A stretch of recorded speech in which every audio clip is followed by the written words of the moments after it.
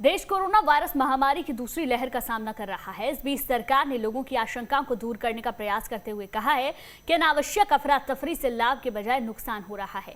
टीकाकरण और कोविड-19 से बचाव के लिए उपयुक्त व्यवहार अपनाने पर जोर देते हुए सरकार ने सलाह दी है कि ये ऐसा समय है कि लोगों को घर के भीतर भी मास्क पहनना चाहिए। इसके पीछे आज के समय में बढ़ते संक्रमण को वजह बताया गया। रिपोर्ट देखिए। देश भर में कोरोना संक्रमण का कहर बढ़ता जा रहा है। हालात ये है कि हर दिन 3 लाख से ज़्यादा नए मरीज संक्रमित हो रहे हैं। अस्पतालों में बेड की किल्लत हो रही है। कोरोना मरीज के परिजन ऑक्सीजन सिलेंडर के लिए इधर उधर भटकने पर मजबूर हैं। अस्पतालों में भी ऑक्सीजन की कमी है। ऐसी ही भयावह स्थिति के बीच स्वास्थ्य मंत्रालय ने अब सभी देशवासियों को घर पर भी मास्क पहनने की सलाह दी है। सोमवार को नीति आयोग के सदस्य वीके पॉल ने प्रेस कॉन्फ्रेंस के दौरान ये सलाह दी। उन्होंने कहा कि कोविड-19 संक्रमण की ऐसी स्थिति में बिना जरूरत के घर से बाहर नहीं निकलें और घर के अंदर भी मास्क लगाएं। मास्क लगाना बेहद जरूरी है। अपने घर लोगों को नहीं बुलाएं। घर में रह के जो दवाइयाँ हैं, आइवरमेक्टिन को कहा गया है कि हम ले सकते हैं, हाइड्रोक्सीक्लोरोक्विन को हम ले सकते हैं।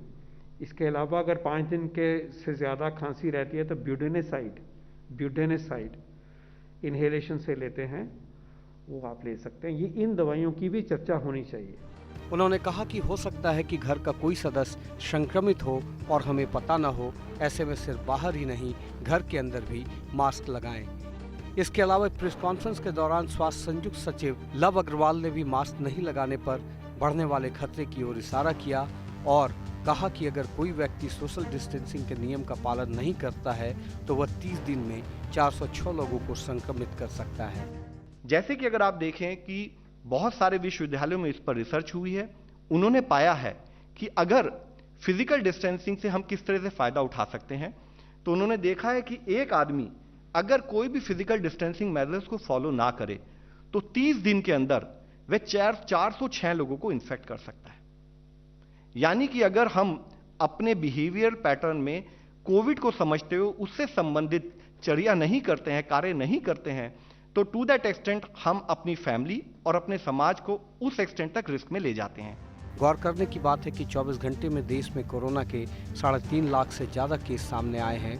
देश में फिलहाल 28 लाख से ज़्यादा एक्टिव केस हैं, जबकि हालात पर काबू करने के लिए टीकाकरण अभियान जोरों पर है, लेकिन इन सब के बीच हालात सुधरने का नाम नहीं ले रहे।